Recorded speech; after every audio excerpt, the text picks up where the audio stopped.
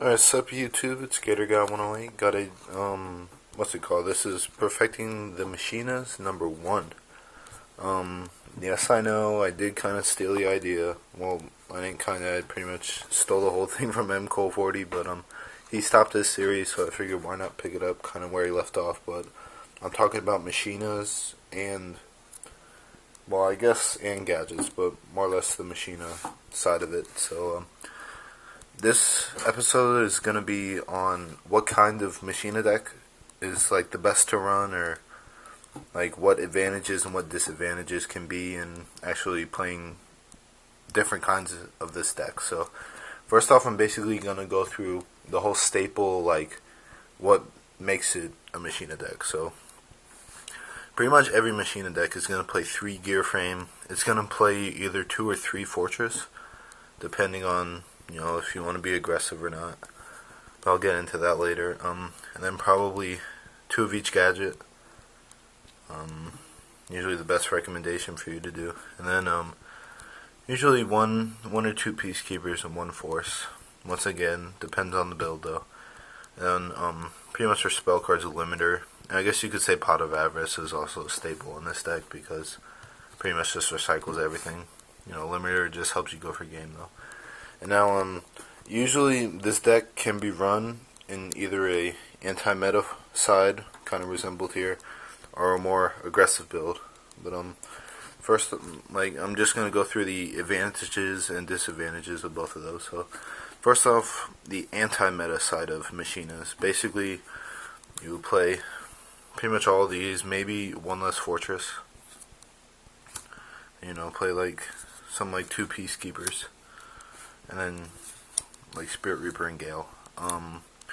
Pretty much, like, the anti-meta form, it's okay. One thing that really ruins it is Solemn Warning and Effect Veiler, because basically the deck relies on a summon of a gear frame or a gadget to pretty much pop off. But, you could be like, summon gear frame, search Peacekeeper, Peacekeeper die, search gear frame, summon gear frame, search Peacekeeper, or you could be like, gadget, gadget, gadget, gadget. It's pretty much how the anti-meta goes with it. You know, you just always have a monster, and then, you know, you could play 1-for-1 cards like Smashing, get rid of their monsters, Nobleman, get rid of the face downs. Same thing with these two. You know, Compulse, if they try to synchro or whatever, you could just bounce it. In D-Prison, you know, you just remove their cards. And also, since this is anti-meta, you could play like either one of these. You know, Gale's just an all-around good card, gets over Stardust or any big beater. And Spirit Reaper, since you're playing like all these 1-for-1s, you'll probably have their field open, so you could just, you know, poke, take a card out of their hand. So that's pretty much all the advantages. Like I said before, the disadvantages, Effect Veiler and Warning kind of ruin it, because you want to draw like 1 monster, 2 spells, and like a bunch of traps. That's pretty much what you want to do if you're playing anti-meta machina.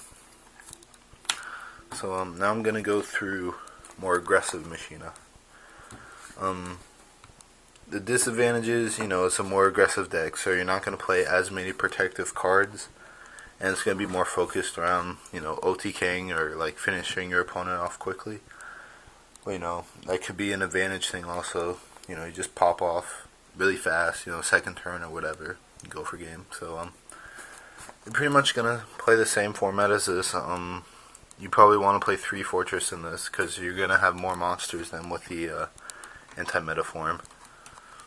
You know, like, you can main deck 2 Cyber Dragon.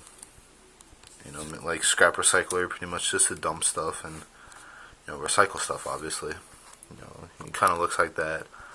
Maybe another force if you really want to, but, you know, and then you just play more aggressive cards. You play like Trapstun and Trunade just to protect you for when you're about to pop off. You know, you could be like Special Cyber Dragon, normal summon Gear Frame, get Fortress, summon Fortress, Limiter, you know, summon 2 Fortress, or whatever you want to do.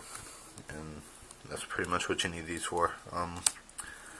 Also with the Cyber Dragons, you could go Future Fusion and Overload Fusion, which means you could also play Jinzos and Jinzo Returners, but I don't know, that build's just okay, but I'll probably have a video about that.